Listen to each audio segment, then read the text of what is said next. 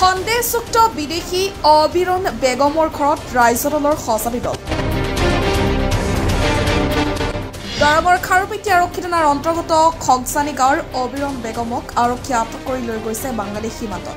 সন্দেহযুক্ত অবিৰণ বেগমৰ পিতৃ মাতৃ ভাতৃ স্বামী সন্তান ভাৰতীয়, কিন্তু তেওঁ কেনেকৈ সন্দেহযুক্ত বিদেশী হ'ল এই প্ৰশ্ন পৰিয়ালৰ।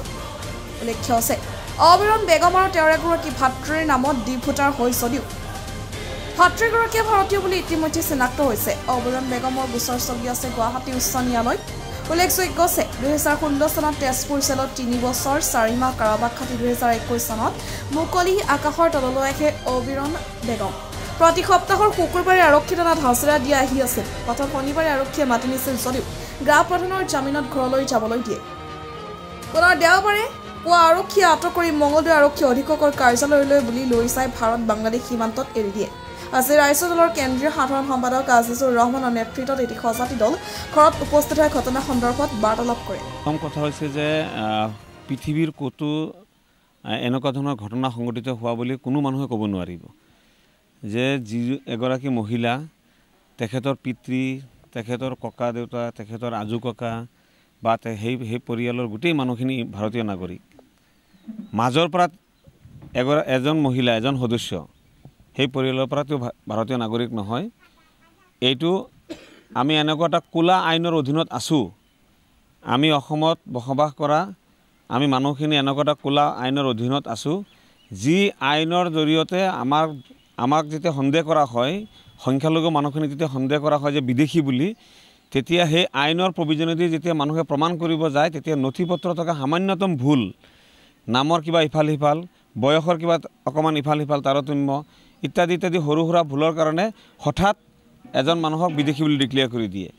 বিদেশী বুলি ডিক্লেয়াৰ কৰা হয়, কিন্তু সেই মানুহজন কোন দেশৰ নাগৰিক সেয়া কিন্তু আকৌ নিৰ্ধাৰণ কৰিব নোৱাৰে, সেয়া কিন্তু কোনেও ক'ব নোৱাৰে। আজি ভাৰত চৰকাৰে যিসকল লোকক বাংলাদেশ সীমান্ত ভাৰতবৰ্ষৰ সীমান্ত পাৰ কৰি বাংলাদেশলৈ পঠিয়াইছে বুলি কৈ আছে, সেই মানুহখিনি কোন দেশৰ নাগৰিক আজি ভাৰত চৰকাৰে কিয় তেওঁলোকক চিনাক্তকৰণ কৰিব পৰা নাই।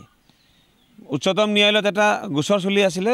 উচ্চতম ন্যায়ালয়ে কৈছিলে যে দুটা কেটেগৰীত আজিৰ তাৰিখত ফৰেনাৰ্ছসকলক ডিক্লেৰেশ্যন কৰা হৈ আছে যে একাংশক কোৱা হৈছে যে তেওঁলোক বাংলাদেশী বা ম্যানমাৰৰ মানুহ বা অইন কোনোবা দেশৰ মানুহ বুলি চিনাক্তকৰণ হয়, আৰু অধিকাংশ মানুহক চিনাক্তকৰণ কৰি থকা হৈ আছে যিসকলৰ কোন নেশ্যনৰ নাগৰিক হয় তেওঁ এই কথাটো কিন্তু কোনেও ক'ব নোৱাৰা হৈছে।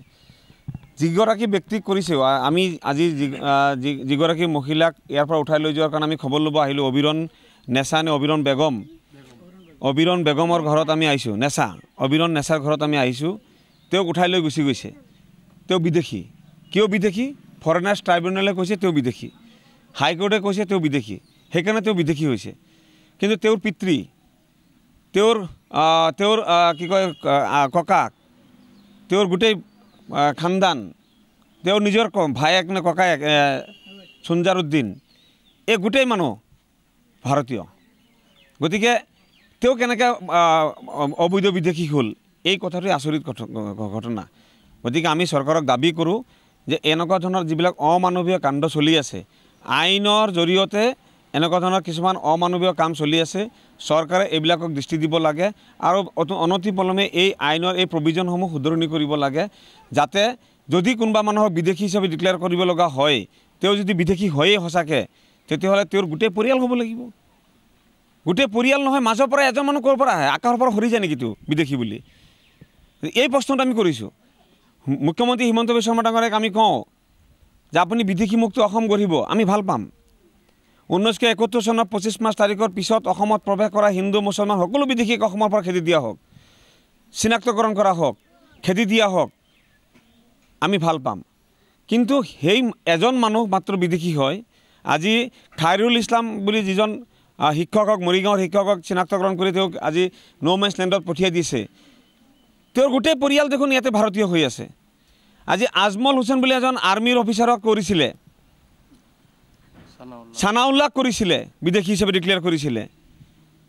আমাৰ প্ৰশ্ন হৈছে এইটো যে বাকী যে ছানাউল্লাহৰ ভায়েক ককায়েক, ছানাউল্লাহৰ গোটেই পৰিয়াল, ককাক, ছানাউল্লাহৰ দেউতাক, গোটেই মানুহ যে আজি ভাৰতীয়, আজি কোনোবাই ক'ব যে কাগজ বনাইছে, চৰকাৰে কি কৰি আছে? চৰকাৰে কি ঘোঁৰাৰ ঘাঁহ কাটে নেকি? চৰকাৰে এইবিলাক প্ৰমাণ কৰিব নোৱাৰে।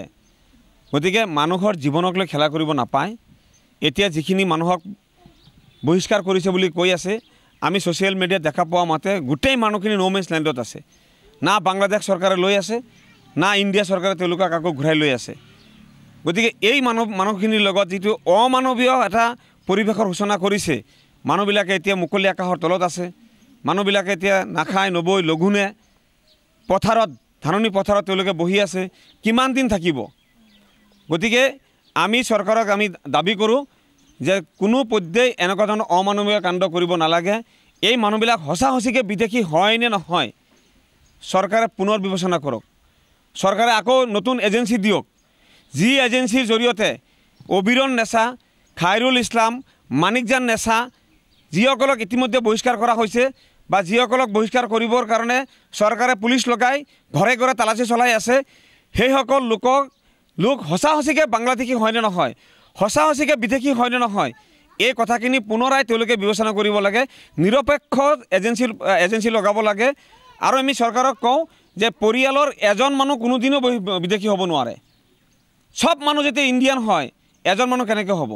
গতিকে এই কথাখিনি আপোনালোকৰ জৰিয়তে আমি চৰকাৰলৈ উপস্থাপন কৰিছোঁ। আৰু সকলো ৰাইজকে আমি আহ্বান কৰোঁ যে আহক আমি মিলিজুলি আমাৰ অসমীয়া সমাজখন আমি গঢ়োঁ, বিদেশীমুক্ত সমাজ গঢ়োঁ। আৰু বিদেশীমুক্ত সমাজ গঢ়িব যাওঁতে যাতে কোনো এজন স্বদেশী ভাৰতীয় নাগৰিকৰ লগত অত্যাচাৰ কৰিব নোৱাৰে, আৰক্ষী অত্যাচাৰ কৰিব নোৱাৰে, চৰকাৰে স্বেচ্ছাচাৰীমূলকভাৱে আমাৰ কোনো মানুহক উঠাই লৈ যাব নোৱাৰে। তাৰ কাৰণে আহক আমি সকলোৱে মাৰ বান্ধি থিয় হওঁ।